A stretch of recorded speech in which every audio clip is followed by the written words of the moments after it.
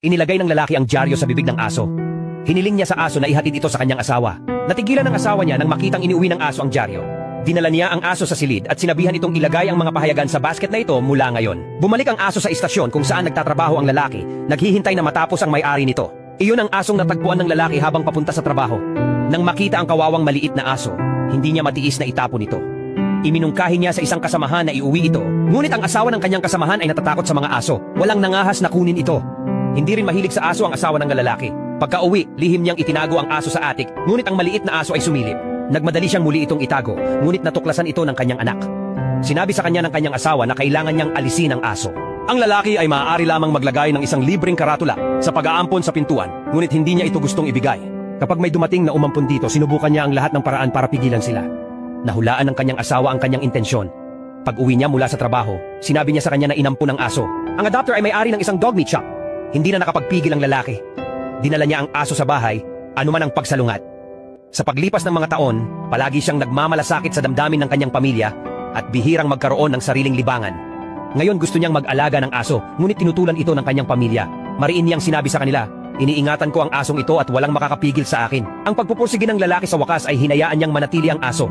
Siya at ang aso ay naging mas malapit araw-araw. Isang araw pumasok ang lalaki sa trabaho. Tahimik na sinundan siya ng aso palabas ng bahay. Sa estasyon, nang magsasara na ang cable car, minsang tumahol ang aso. Kailangang bumaba ang lalaki. Binuhat niya ang aso palabas ng istasyon. Gusto niyang umuwi ang aso, ngunit huminto ang aso sa hagdan at hindi gumagalaw. Kaya't binigyan ito ng gawain ng lalaki na ihatid ang pahayagan sa kanyang asawa. Nang matapos siya sa trabaho, ang una niyang nakita ay ang aso. Tuwang-tuwa siya. Hindi niya inaasahan na ganoon katalino ang aso. Mula sa araw na iyon, ang aso ay sumama sa lalaki araw-araw, naghahatid ng pahayagan sa bahay, at bumalik sa istasyon upang hintayin siya. Hanggang sa isang araw, ang lalaki ay kailangang sumama sa isang business trip ng ilang araw. Parang may naramdaman ang aso at ayaw siyang umalis. Tinakbo nito ang cable car, ngunit hindi siya napigilan. Pinagmamasdan lang siya nitong umalis. Sa mismong araw na iyon, ang lalaki ay dumanas ng biglaang problema sa puso habang nag-iinspeksyon sa isang bangka at bumagsak bago niya maiinom ang kanyang gamot. Hindi alam ng aso ang nangyari. Naghintay pa rin ito sa istasyon, umaasang makikita muli ang may-ari nito.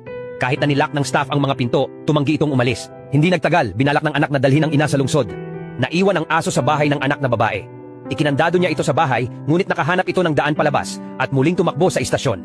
Kahit umuulan, nanatili ito sa isang lugar. Napalingon ang may-ari ng newspaper stand at binigyan ito ng dyaryo. Dinala ng aso ang dyaryo pabalik sa lumang bahay. Nang gabing iyon ay doon ito natulog. Mula noon, inuulit ng aso ang parehong gawain sa istasyon araw-araw. Lumipas ang 10 taon. Bumalik ulit dito ang asawa ng lalaki. Nalaman niyang nandito pa rin ang aso, ngunit tumanda na ang aso. Hindi na puno ng lakas tulad ng dati.